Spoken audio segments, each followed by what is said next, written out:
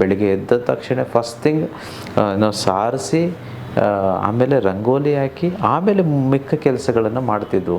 ಇವಾಗ ಎಲ್ಲಿದೆ ರಂಗೋಲಿ? ಅದು ಈ ನಡುವೆ ಏನಾಗ್ಬಿಟ್ಟಿದೆ, ಯಾರೋ ಈ ಸಿಮೆಂಟು ನೆಲದ ಮೇಲೆ ಒಂದು ಕಲರಲ್ಲಿ ರಂಗೋಲಿ ಹಾಕ್ಬಿಟ್ಟು ಬೆಳಗ್ಗೆ ಬಂದು ನೀರು ಹಾಕ್ಬಿಡೋದು. ಅದಲ್ಲ, ನಾವು ರಂಗೋಲಿ ಬಿಡಿಸ್ಬೇಕು. ಆ ರಂಗೋಲಿ ಬಿಡಿಸ್ತಿರ್ತೀವಲ್ವ, ಈ ಬೆರಳುಗಳ ಸಂಧಿಯಲ್ಲಿ ಹಿಂಗೆ ಬಿಡ್ತಿರ್ತೀವಿ, ಹೀಗೆ ಆ ಹಿಟ್ಟನ್ನು ಬಿಡ್ತಿರ್ತೀವಿ. ಇದು ಒಂದು ಈ ಸಬ್ಕಾನ್ಷಿಯಸ್ ಮೈಂಡ್ಗೆ ಕನೆಕ್ಟ್ ಆಗಿದೆ.